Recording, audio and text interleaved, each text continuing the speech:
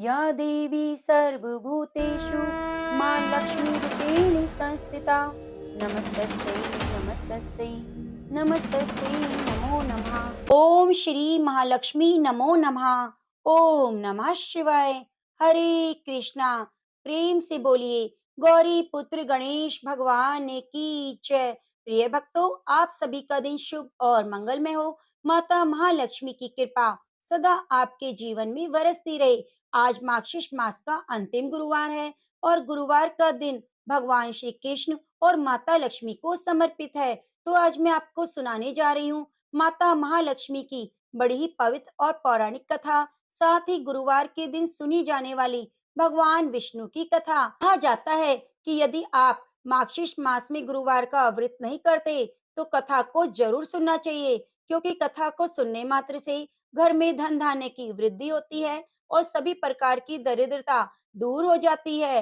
तो आइए माता महालक्ष्मी का ध्यान करते हुए कथा का शुभ आरंभ करते हैं। ओम श्री गणेशाय नमः। श्री महालक्ष्मी माता की अनेक रूप और नाम हैं। श्री महालक्ष्मी को पार्वती, सिंधु कन्या, महालक्ष्मी, लक्ष्मी, राजलक्ष्मी, गृहलक्ष्मी, सावित्री, राधिका, राजेश्वरी, गिरिजा, पद्मा, मालती, सुशीला आदि नामों से जाना जाता है। इस तरह हम महालक्ष्मी व्रत का कथा का शुभ आरंभ करते हैं। भारतवर्ष में सौराष्ट्र देश में द्वापर युग की यह कथा है। सौराष्ट्र में उस समय भद्रश्रवा नाम के राजा थे। वे बड़े पराक्रमी राजा थे। 4 वेद, 6 शास्त्र, 18 पुराणों का उन्हें ज्ञान था। उनकी रानी का नाम सूरत चंद्रिका था। रानी दिखने में सुंदर और सुलक्षणा थी, पतिव्रता थी। उन दोनों को 7 पुत्र और उसके बाद एक कन्या का वरदान मिला था।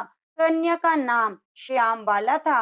एक बार महालक्ष्मी जी के मन में आया कि उस राजा के राजप्रसाद में रहे, इससे राजा को दुगनी धन दौलत की प्राप्ति होगी और वह इस धन दौलत से प्रजा को और सुख दे पाएगा। गरीब के घर में अगर रहे तो वह धन दौलत को प्राप्त करेगा, लेकिन स्वार्थी की तरह केवल अपने ऊपर ही खर्च करेगा। यह सोचकर महालक्ष्मी जी ने बूढ़ी ब्राह्मणी का रूप धारण कर लिया। हाथ में लाठी लिए लाठी के सहारे रानी के द्वार पर पहुंची। यद्यपि उन्होंने बूढ़ी औरत का रूप धारण किया था, उनके चेहरे पर देवी का तेज था। उन्हें देखते ही एक दासी सामने आई। उसने इनका नाम, धाम, काम, धर्म पूछ डाला। वृद्ध ब्राह्मण का रूप धारण की माता लक्ष्मी ने कहा, बालिके, मेरा नाम कमला है। मेरे पति का नाम भुवनेश है। हम द्वारिका में रहते हैं। हमारी रानी पिछले जन्म में एक वैश्य की पत्नी थी। वह वैश्य गरीब था। दारिद्र्य के कारण हर रोज घर में झगड़े होते और उसका पति रोज उसे मारता था। इन बातों से तंग आकर वह घर छोड़कर चली गई और वन जंगल में खाली पेट भटकने लगी। उसकी इस दुर्दशा पर मुझे दया आ गई। तब मैंने उसे सुख संपत्ति देने वाली माँ लक्ष्मी की कथा सुनाई। मेरे कहने पर उसने माता लक्ष्मी का व्रत किया। श्री महालक्ष्मी प्रसन्न हुई और उसकी गरीबी दूर हो गई। उसका घर, संसार, दौलत, संपत्ति से भर गया। बाद में पति पत्नी दोनों परलोक सिधारे। लक्ष्मी व्रत करने के कारण वे लक्ष्मी लोक में रहे। उन्होंने जितने साल माँ लक्ष्मी का व्रत किया, उतने हजारों साल उन्हें सुख भोग मिला। इस जन्म में उनका जन्म राजघराने में हुआ है, परंतु वह श्री महालक्ष्मी का व्रत करना भूल गई है। उसे याद दिलाने में आई हूँ। बुढ़िया की बातें सुनकर दासी ने उन्हें प्रणाम किया और महालक्ष्मी का व्रत किस प्रकार किया जाए इस बारे में पूछा। बुढ़िया रूप धारण किए हुए श्री महालक्ष्मी माता ने दासी को पूजा की विधि और महिमा बताई। उसके बाद वह दासी माता को प्रणाम कर रानी को बताने अंदर चली गई। राज वैभव में रहते हुए रानी को अपने ऐश्वर्य का बहुत घमंड था। संपत्ति और अधिकार की वजह से वह उन्मत्त हो गई थी। दासी द्वारा बताई गई बुढ़िया की बातें सुनकर वह आग बबूला होकर राजद्वार पर आकर बुढ़िया रूपी महालक्ष्मी पर बरस पड़ी। उसे मालूम नहीं था कि श्री महालक्ष्मी माता बुढ़िया का रूप धारण के उसके द्वार पर आई हैं, परंतु रानी का इस कदर रूखा बर्ताव और अपना अनादर देखकर माता ने वहां ठहरना ठीक न समझा, वहां से चली गई। राह में उन्हें राजकुमारी श्यामबाला मिली। उन्होंने श्यामबाला को सारी बातें बताई। श्यामबाला ने अपनी ओर से श्री महालक्ष्मी माता से क्षमा मांगी। माता को उस पर दया आई। उन्होंने श्यामबाला को श्री महालक्ष्मी व्रत के बारे में बताया। उस दिन मार्गशीर्ष मास का पहला गुरुवार था। श्यामबाला ने परम श्रद्धा से श्री महालक्ष्मी का व्रत किया। फल स्वरूप राजा सिद्धेश्वर के सुपुत्र मालाधर से उसका विवाह हुआ। वह धन दौलत ऐश्वर्य वैभव से माला माल हो गई। पति के साथ ससुराल में आनंद से दिन बिताने लगी। इधर श्री महालक्ष्मी का रानी पर प्रकोप हुआ। फल स्वरूप राजा भद्रश्रवा का राज्य और राज कारोबार नष्ट हो गया। यहाँ तक कि खाने के लाले पड़ गए। ऐसी हालत में एक दिन रानी ने राजा से निवेदन किया, हमारा दामाद इतना बड़ा राजा है, धनवान है, ऐश्वर्यशाली है, क्यों ना उसके पास जाएं, अपना हाल उसे बताएं, वह जरूर हमारी मदद करेगा। इस बात पर राजा भद्रश्रवा दामाद के पास रवाना हुए। राज्य में पहुंचकर एक तालाब के किनारे थोड़ी देर विश्राम के लिए बैठ गए। तालाब से पानी लेते आते जाते दासियों ने उन्हें देखा। उन्होंने विनम्रता से उनकी पूछताछ की। जब उन्हें यह मालूम हुआ कि वे रानी श्यामबाला के पिता हैं, तो दौड़ते हुए जाकर उन्होंने रानी को सारी बात बताई। रानी ने दासी के हाथ राज परिधान बेचकर ठाठ से उनका स्वागत और आदर सत्कार किया, खान पान कराया। जब वे लौटने लगे तो सोने की मोहरों से घड़ा भर दिया। राजा भद्रश्रवा जब वापस लौटे तो उन्हें देखकर रानी सूरत चंद्रिका खुश हुई। उन्होंने सोने की मोहरों से भरे घड़े का मुंह खोला और हाय भगवान, घड़े में तो धन के बदले कोयले मिले। यह सब श्री महालक्ष्मी के प्रकोप से हुआ। इस प्रकार दुर्दशा में कई दिन बीत गए। इस बार रानी स्वयं अपनी कन्या के पास गई। इस दिन अगन मास का अंतिम गुरुवार था। श्याम बाला ने महालक्ष्मी का व्रत किया, पूजा की और अपनी माता से भी व्रत करवाया। इसके बाद रानी अपने घर आई। श्री महालक्ष्मी का व्रत रखने से उसे फिर से राजपाट, धन दौलत, ऐश्वर्य प्राप्त हो गया। वे फिर से सुख शांति आनंद में जीवन बिताने लगी। कुछ दिनों बाद राजकन्या श्यामबाला अपने पिता के घर आई। उसे अपने घर देखकर सूरज चंद्रिका को पुरानी बातें याद आ गईं। यही कि श्यामबाला ने अपने पिता को घड़ा भरकर कोयला दिया था, लेकिन उसने तो ऐसा नहीं दिया था। इस कारण श्यामबाला को पिता के घर आने पर उसका कोई आदर आतिथ्य नहीं हुआ, बल्कि अनादर हुआ। पर उसने इस बात का बुरा नहीं माना। अपने घर लौटते समय उसने पिता के घर से थोड़ा नमक ले लिया।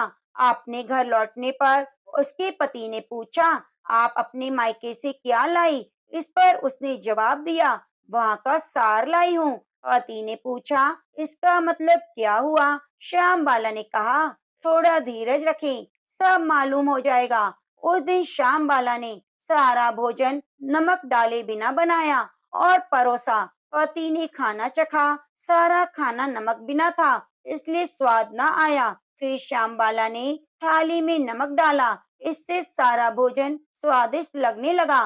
तब श्याम बाला ने पति से कहा, यही है वह मायके से लाया हुआ सार। पति को उसकी बात सही लगी। फिर वे दोनों हंसी मजाक करते हुए भोजन करने लगे। कहा गया है कि इस तरह से जो कोई श्रद्धा भाव से माता लक्ष्मी की पूजा करता है, व्रत कथा को सुनता है, उस पर माता की कृपा प्राप्त होती है, सुख संपत्ति शांति प्राप्त होती है, मनोकामनाओं की पूर्ति होती है। परंतु यह सब प्राप्त होने पर माता की पूजा को भूलना नहीं चाहिए। हर गुरुवार को व्रत पाठ अवश्य करना चाहिए। तो प्रेम से बोलिए, माता लक्ष्मी की जय। अब आइए गुरुवार के दिन सुनी जाने वाली भगवान विष्णु की कथा को सुनते हैं। प्राचीन समय में बसंतपुर नगर में एक निर्धन ब्राह्मण रहता था। ब्राह्मण के कोई संतान नहीं थी। उसकी पत्नी बहुत फूहड़ औरत थी। वह सुबह काफी धूप निकलने के बाद उठती, प्रतिदिन स्नान भी न करती, भगवान की पूजा करने की तो कभी सोचती ही नहीं। सुबह उठते ही वह पहले भोजन करती, घर में सफाई करना उसे कतई पसंद नहीं था। ब्राह्मण अपनी पत्नी के आचरण से बहुत दुखी रहता। भगवान की अनुकंपा से उस ब्राह्मण की पत्नी गर्भवती हुई। उसने 10वें महीने में एक सुंदर कन्या को जन्म दिया। निर्धन ब्राह्मण कन्या के जन्म से बहुत दुखी हुआ।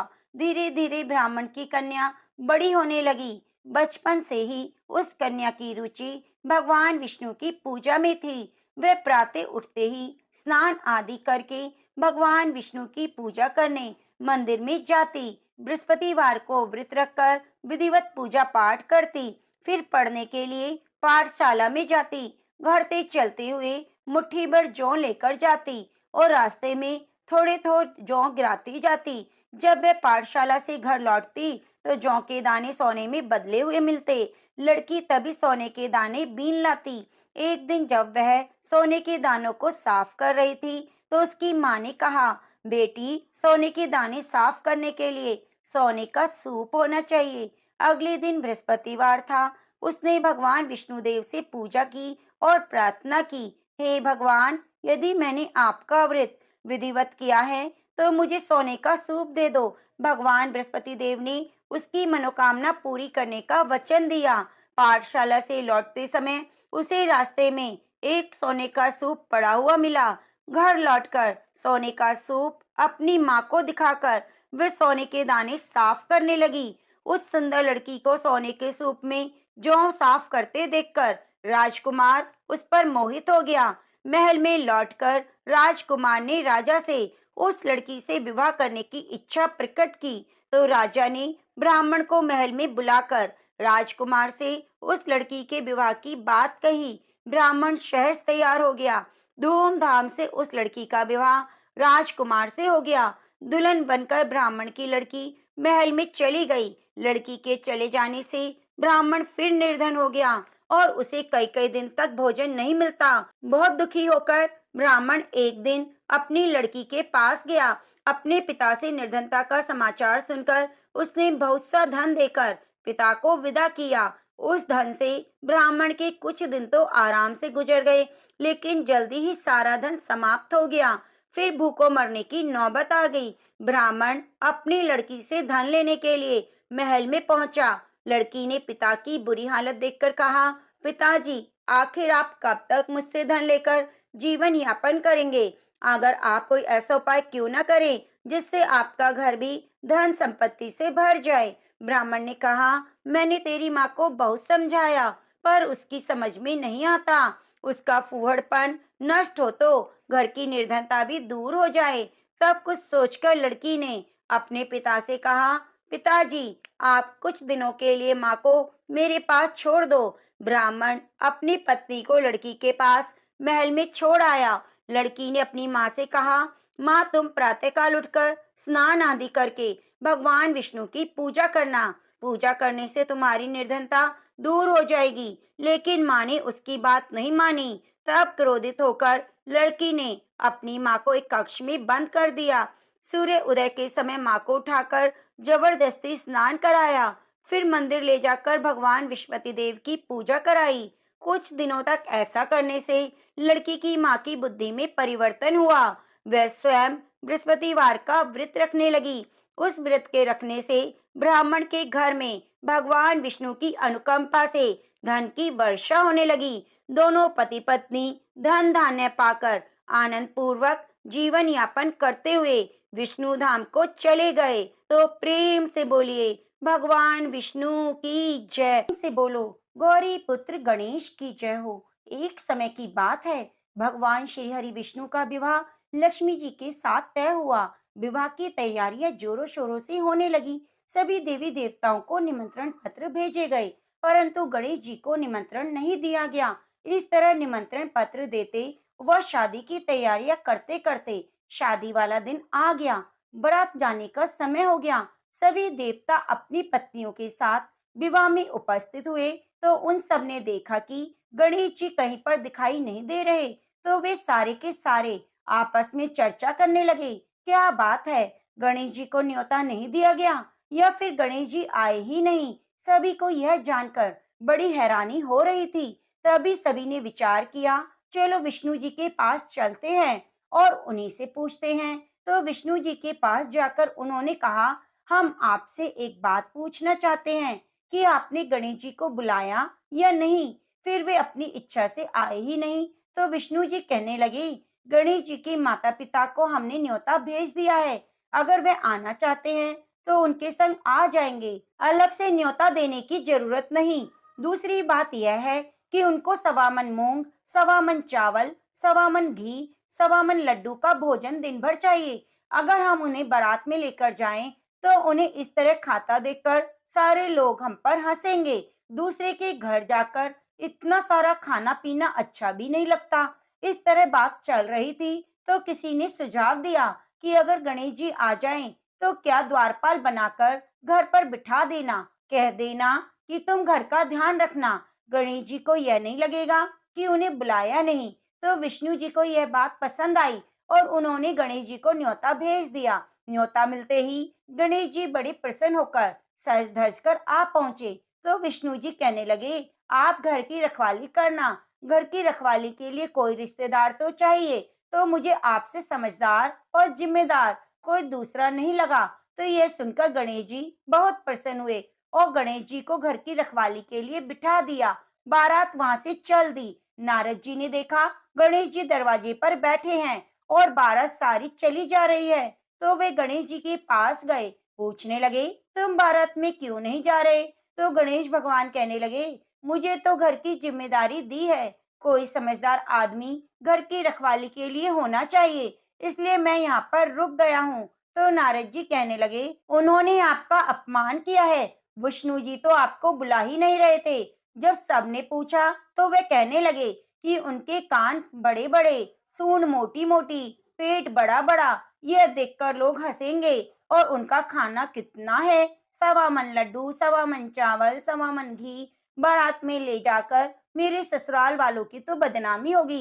बारात में देखो कैसे बाराती आए हैं। तो ये सुनते ही गणेश जी को बहुत गुस्सा आया। नारद जी कहने लगे, अब आप ही बताओ मैं क्या करूं। नारद जी ने कहा, आप ऐसा करो कि आपकी मूषक सेना को आगे भेज दो।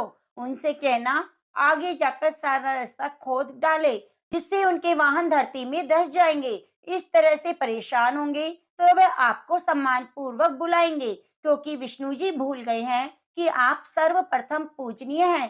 तो गणेश जी ने नारद जी के कहते ही अपनी मूषक सेना को जल्दी से आगे भेज दिया और कहा कि सारी जमीन को खोद कर देना। तो चूहों ने जैसा गणेश जी ने बोला वैसा ही किया। जैसे ही विष्णु जी की बारात वहां से गुजरने लगी तो रथों के पहिए धरती में धंस गए। लाख कोशिश की परंतु पहिए ना निकले। सभी ने अपने अपने उपाय किए पर पहिए नहीं निकले, सभी जगह से टूट गए। अब किसी की समझ में नहीं आ रहा था कि वह क्या करे। उधर शादी का मुहूर्त निकला जा रहा था तो विष्णु जी बड़े ही परेशान थे। तब नारद जी वहां पहुंचे और कहा कि आप लोगों ने गणेश जी का अपमान करके अच्छा नहीं किया है। यदि उन्हें मनाकर लाया जाए तो आपके कार्य सिद्ध हो जाएंगे और आप पर आया संकट टल जाएगा। शंकर भगवान ने अपने दूत नंदी को भेजा। नंदी गणेश को लेकर आए। गणेश जी का आदर सम्मान के साथ पूजन किया। तब जाकर कहीं रथ के पहिए निकले। निकल तो गए पर जगह जगह से टूट फूट गए। अब उन्हें सही कौन करे। पास के खेत में एक खाती काम करता था।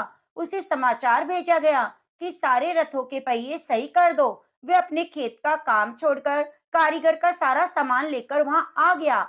जैसे ही वह रथ के पास बैठा तो कहने लगा, श्री गणेशाय नमः। ऐसा कहकर गणेश जी की मन ही मन वंदना करने लगा। देखते ही देखते गणेश जी ने सभी पहियों को थोड़ी देर में ठीक कर दिया। तो वह देखकर नारद जी से कहा कि मैं आपसे एक बात पूछना चाहता हूँ कि आपने श्री गणेशाय नमः क्यों कहा। तो खाती ने कहा कि देवताओं, आपने सर्वप्रथम गणेश जी को नहीं मनाया होगा, ना ही पूजा की होगी, इसलिए संकट आया। तो नारद जी विष्णु भगवान से कहने लगे, हमने गणेश जी को सर्वप्रथम पूजनीय बनाया था और आज ही हम उन्हें भूल गए। हमसे मूर्ख और अज्ञानी कौन हो सकता है। तो ये सुनते ही विष्णु भगवान गणेश जी से माफी मांगते हैं और गणेश जी की पूजा करते हैं, उनका ध्यान करते हैं। फिर सारे मिलकर गणेश जी का जयकारा लगाते हैं। यह सब देखकर गणेश जी बहुत प्रसन्न होते हैं और नारद जी भी गणेश जी की ओर देखकर मंद मंद मुस्कुराने लगते हैं। बारात वहां से चल पड़ी। भगवान विष्णु और लक्ष्मी का विवाह धूमधाम से संपन्न हुआ। वे सकुशल घर लौट आए। इसलिए कोई भी व्रत, पूजा पाठ हो, गणेश भगवान को जरूर याद करना चाहिए। ज्यादा समय नहीं तो एक छोटी सी कहानी सुनकर भी शुभ आरंभ कर सकते हैं। तो प्रेम से बोलो गणेश भगवान की जय। अब आइए सुनते हैं भगवान के परम भक्त एक सेठानी की कहानी है। यह एक समय की बात है। एक नगर में एक सेठ और सेठानी रहा करते थे। उनके कोई संतान नहीं थी। सेठानी रोजाना भगवान श्री हरि विष्णु की पूजा करती। सेठ जी को उसकी पूजा करना बिल्कुल भी अच्छा नहीं लगता था। वे संतान ना होने की वजह से बहुत दुखी रहा करते। सेठ जी ने कई बार सेठानी को पूजा करने से मना किया, पर सेठानी तो सेठ जी की बातों का कोई असर नहीं होता। एक दिन दोनों में किसी बात को लेकर कहासुनी हो गई। बात बढ़ते बढ़ते इतनी बढ़ गई कि सेठ जी ने सेठानी को घर से निकाल दिया। सेठानी घर से निकलकर जंगल की ओर चली गई। चलते चलते शाम हो गई। सेठानी ने देखा कि एक खदान में चार आदमी मिट्टी खोद रहे हैं। तो उसने वहां जाकर कहा, भैया मुझे नौकरी पर रख लो। तो उन्होंने सेठानी को काम पर रख लिया और कहा, तुम इस मिट्टी को खोद दो। तो सेठानी मिट्टी खोदने लगी। थोड़ी देर में मिट्टी खोदी तो उसके हाथों में छाले पड़ गए। उसके हाथों की हालत देखकर आदमी कहने लगे कि बहन, लगता है तुम अच्छे घर की महिला हो, तुम्हें काम करने की आदत नहीं। यह काम तुम रहने दो, हमारे घर पर काम कर दिया करो। तो वे चारों आदमी उसे अपने साथ घर ले आए। वे चार मुट्ठी अनाज लाते, सारे मिल बांट कर खा लेते। तो एक दिन सेठानी ने कहा, ऐसा करना, कल से तुम 8 मुट्ठी अनाज लाना। तो अगले दिन वे 8 मुट्ठी अनाज लाए। सेठानी पड़ोसन से आग मांग लाई। अच्छा सा भोजन तैयार करके सबसे पहले विष्णु भगवान को भोग लगाया, फिर अपने भाइयों को जमाया। सारे भाई कहने लगे, बहन आज तो खाना बहुत अच्छा बना है। सेठानी ने कहा, भगवान का झूठा हमेशा ही स्वादिष्ट होता है। इस तरह सेठानी उनके घर पर रहने लगी। उनके घर में अन्न धन का वास हो गया। आमदनी में भी बरकत होने लगी। धीरे धीरे उसके भाइयों ने सुख सुविधा का सारा सामान खरीद लिया। फिर सारे के सारे हंसी खुशी रहने लगे। लेकिन सेठानी ने विष्णु जी को भोग लगाना नहीं छोड़ा। उधर सेठ जी सेठानी के बाद बहुत दुखी रहने लगे, क्योंकि उसके घर से जाते ही सारा अंधन नष्ट हो गया।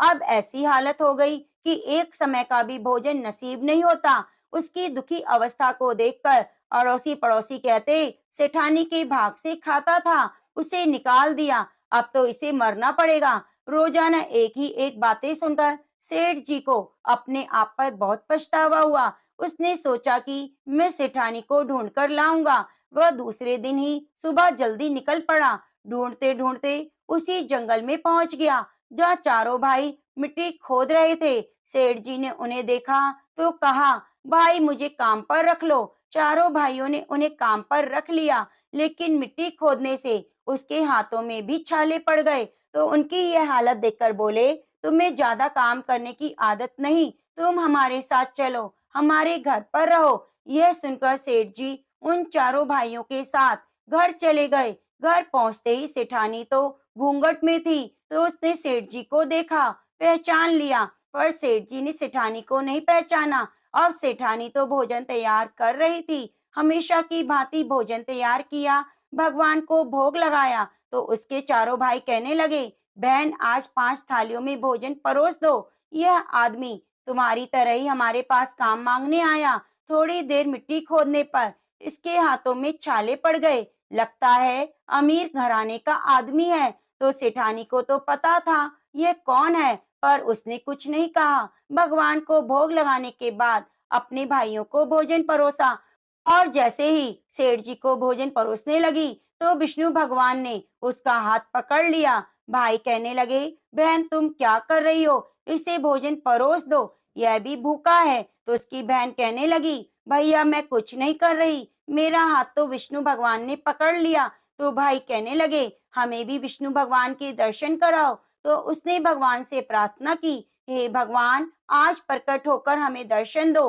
आज मेरी परीक्षा है। अगर आज आप मुझे दर्शन नहीं दोगे तो मेरी बात कौन मानेगा? सेठानी के दीन वचन सुनकर श्री हरि विष्णु वहां प्रकट हुए और सेठ जी से कहने लगे, तुम्हारी पत्नी सच्ची विष्णु भक्त है, वह हमारी पूजा करती है। आपने इसे पूजा का ढोंग बताकर घर से निकाल दिया, इसी वजह से तुम दर दर की ठोकरें खा रहे हो। तो यह सुनकर चारों भाई सेठ सेठानी का मुंह ताकने लगे और विष्णु भगवान कहने लगे, सेठानी, मैं तुम्हारी श्रद्धा भक्ति से प्रसन्न हूँ, आशीर्वाद देता हूँ। जहाँ भी ये सेठानी रहेगी वहाँ अन्न धन के भंडार बने रहेंगे। मैं इसे पुत्र प्राप्ति का वरदान देता हूँ। ऐसा कहकर श्री हरि विष्णु अंतर्ध्यान हो गए। जब सेठ को इस बात का पता चला कि घूंघट में कोई और नहीं उसकी पत्नी है, तो खुशी का ठिकाना नहीं रहा। हाथ जोड़कर उसने माफी मांगी और साथ चलने को कहा। भाई कहने लगे, हम चारों भाइयों की लाडली बहन है,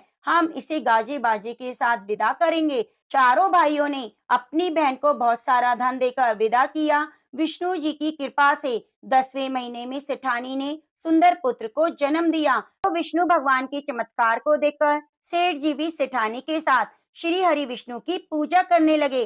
फिर सभी सुखों को भोगकर अंत में बैकुंठ धाम को गए। तो प्रेम से बोलिए, विष्णु भगवान की जय हो। विष्णु भगवान, जैसे आपने सेठानी को अंधन मान सम्मान पुत्र दिया, वैसा सभी को देना। आपकी इस कहानी को जो सुने सुनाए हुंकारा भरे, उनकी सभी मनोकामनाओं को पूरी करना।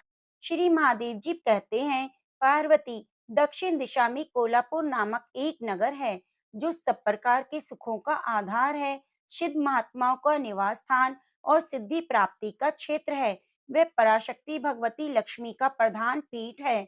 संपूर्ण देवता उसका सेवन करते हैं। वे पुराण प्रसिद्ध तीर्थ, भोग और मोक्ष प्रदान करने वाला है। वहाँ करोड़ों तीर्थ और शिवलिंग है। रुद्र गया भी वही है। वे विशाल नगर लोगों में बहुत विख्यात है। एक दिन कोई युवक पुरुष उस नगर में आया। उसके शरीर का रंग गोरा, नेत्र सुंदर, ग्रीवा शंख के समान, कंधे मोटे, छाती चौड़ी और भुजाएं बड़ी बड़ी थी। नगर में प्रवेश करके सब और महलों की शोभा निहारता हुआ वह देवेश्वरी महालक्ष्मी के दर्शन के लिए मणिकंठ तीर्थ में गया और वहां स्नान करके उसने पितरों का तर्पण किया। फिर महामाया महालक्ष्मी जी को प्रणाम करके भक्ति पूर्वक स्तवन करना आरंभ किया।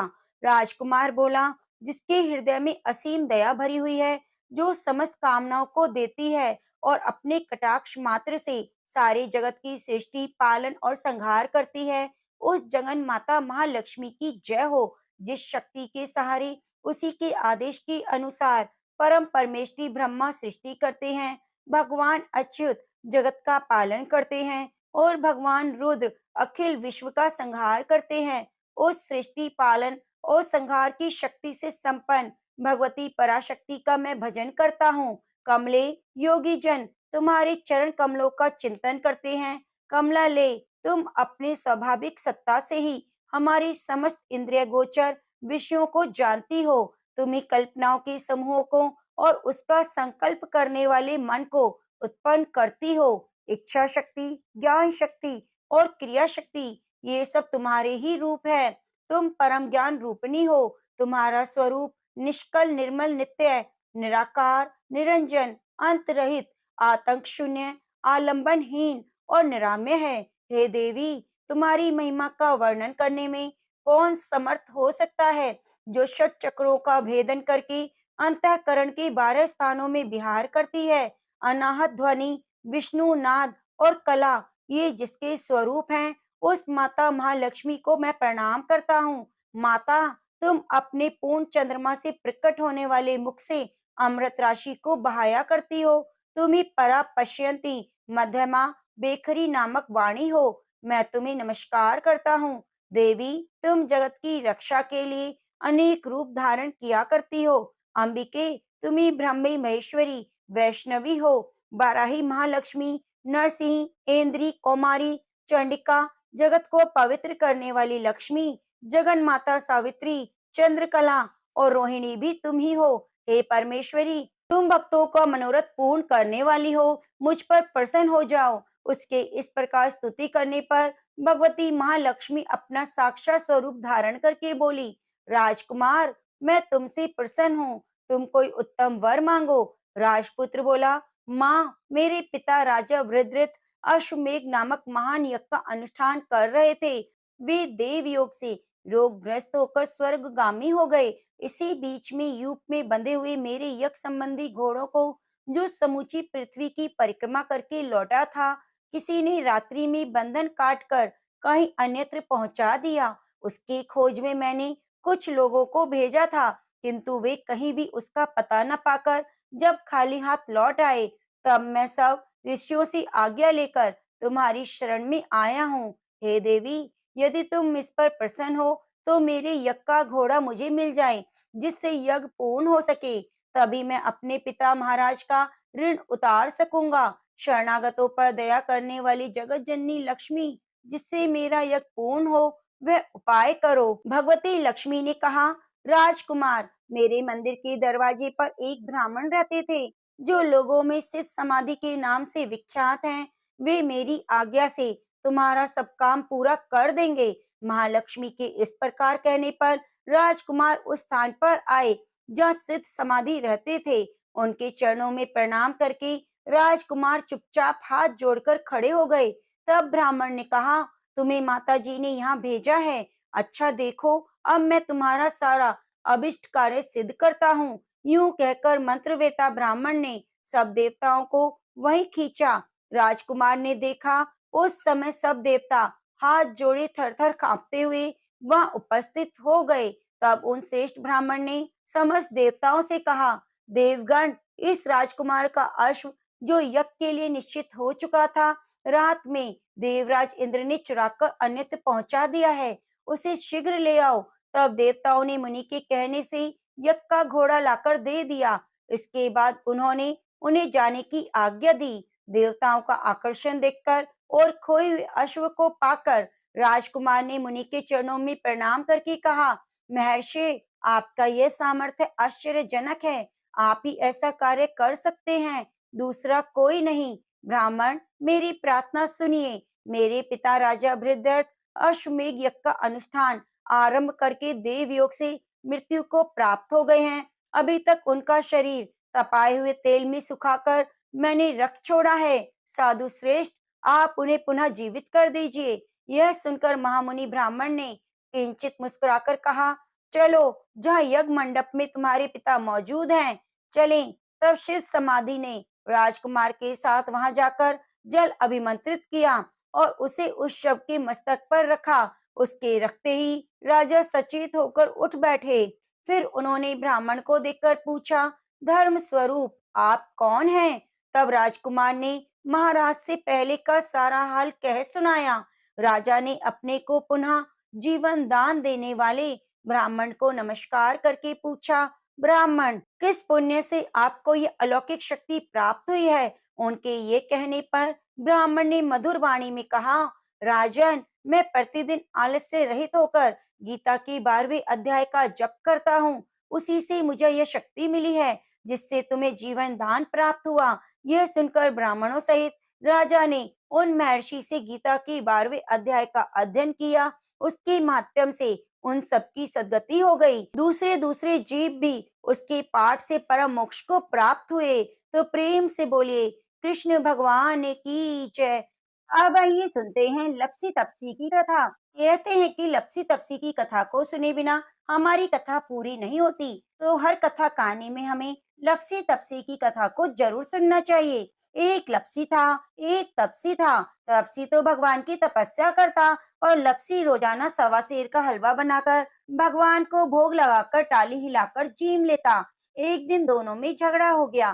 तपसी बोला, मैं भगवान की तपस्या करता हूँ, इसलिए मैं बड़ा हूँ। लप्सी बोला, नहीं, मैं बड़ा हूँ। नारद जी ने कहा, तुम्हारा फैसला मैं करूंगा।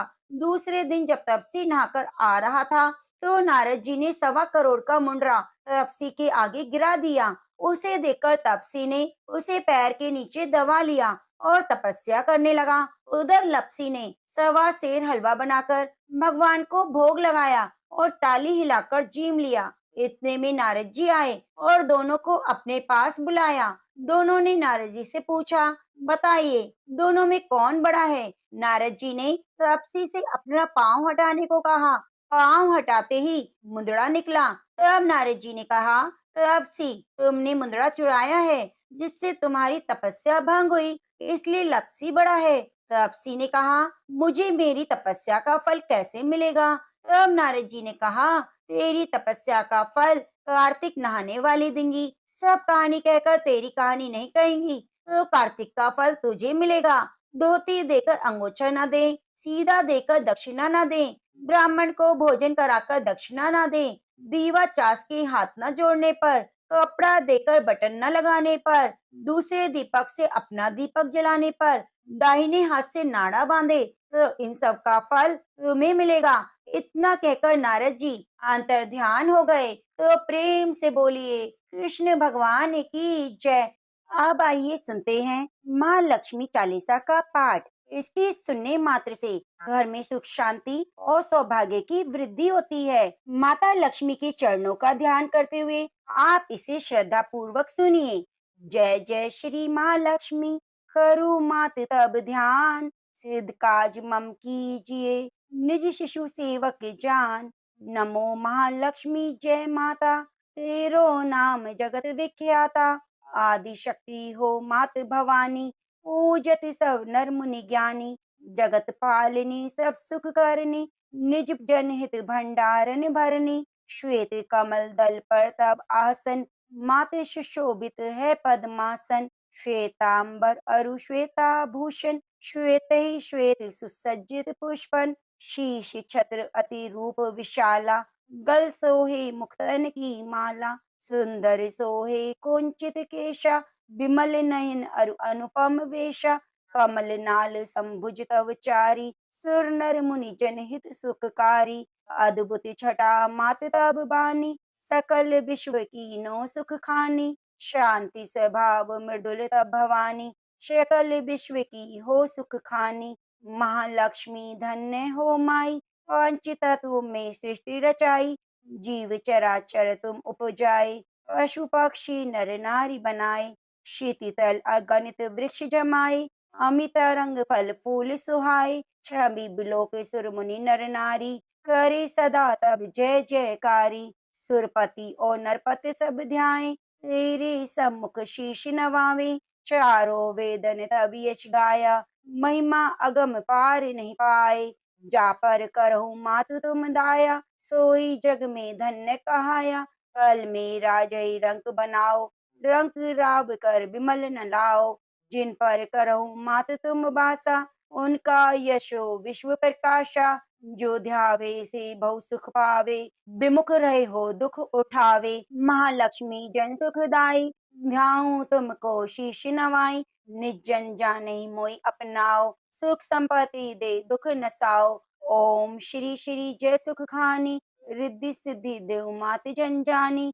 ओम ह्रीम ह्रीम सब व्याधि हटाओ, जन उन विमल दृष्टि दर्शाओ, ओम क्लीम क्लीम शत्रु क्षय कीजिए, जनहित मात अभय वर दीजिए, ओम जयति जय जननी, सकल काज भक्तन के सरणी, ओम नमो नमो भवनिधि तारिणी, तरणी भंवर से पार उतारणी, सनो माती है विनय हमारी, पूर्वहु आशन करहु अवारी, ऋणी दुखी जो तुमको ध्यावे, सो प्राणी सुख संपत्ति पावे, रोग ग्रसित जो ध्यावे कोई, ताकि निर्मल काया होई, विष्णु प्रिया जय जय महारानी, महिमा अमित न जाए बखानी, पुत्रहीन जो ध्यान लगावे, आए सुत अतहि हुलसावे, त्राहि त्राहि शरणागत तेरी, करहु मात अब नेक न देरी, आवहु मात विलंब न कीजे, हृदय निवास भक्त पर दीजे, जानू जब तब का नहीं भेवा, पार करो भवनिधि बन खेवा,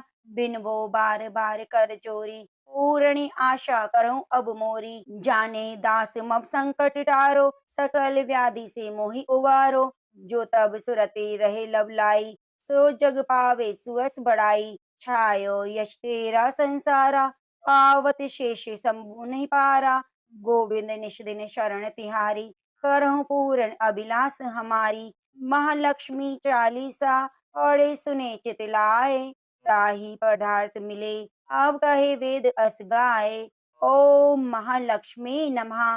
अब आइए सुनते हैं श्री महालक्ष्मी अष्टकम। इसकी रचना इंद्र के द्वारा की गई। ओम श्री गणेशाय नमः।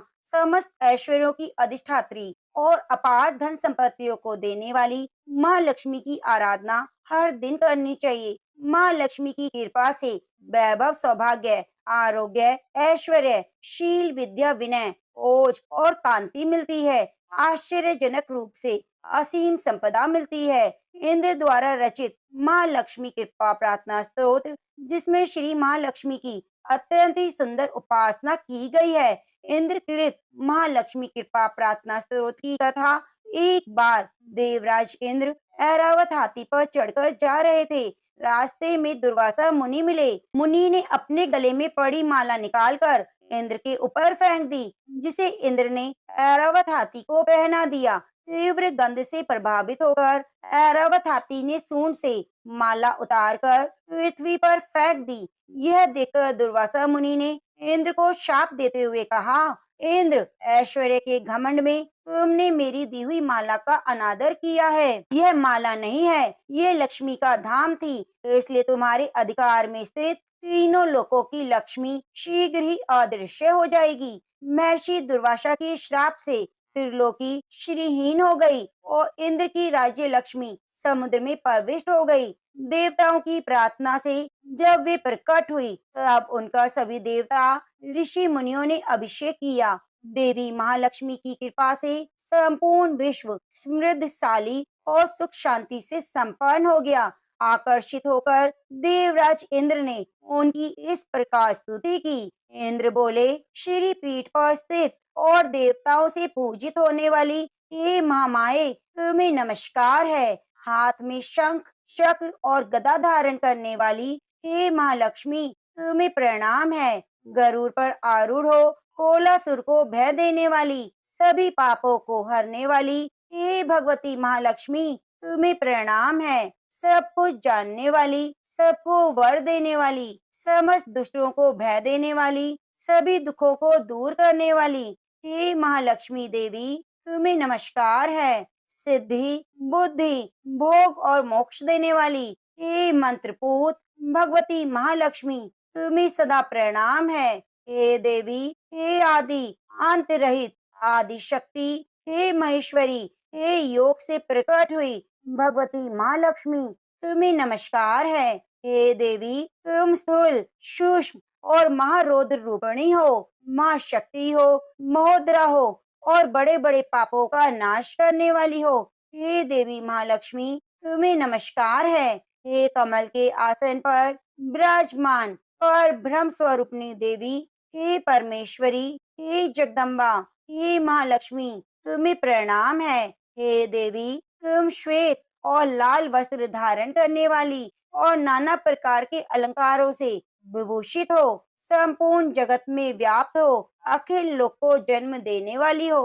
हे माता लक्ष्मी, तुम्हें मेरा प्रणाम है। जो मनुष्य भक्ति युक्त होकर इस महालक्ष्मी अष्टक स्तोत्र का सदा पाठ करता है, वे सारी सिद्धियों और राज वैभव को प्राप्त कर लेता है। जो प्रतिदिन एक समय पाठ करता है, उसके बड़े बड़े पापों का नाश हो जाता है। जो 2 समय पाठ करता है, वह धन धान्य से संपन्न होता है। जो प्रतिदिन 3 काल पाठ करता है, उसके महान शत्रुओं का नाश हो जाता है और उसके ऊपर कल्याणकारिणी वरदायिनी माँ लक्ष्मी सदा प्रसन्न रहती है। इस प्रकार से माँ लक्ष्मी अष्टक स्तोत्र संपूर्ण हुआ। माता लक्ष्मी के अष्टक स्तोत्र के साथ माता लक्ष्मी के 11 नामों का भी जरूर श्रवण करना चाहिए। वे हैं पद्मा, पद्मिलिया, पद्म वन निवासिनी, श्री, कमला, हरिप्रिया, इंद्रा, रमा, समुद्र तनया, भार्गवी,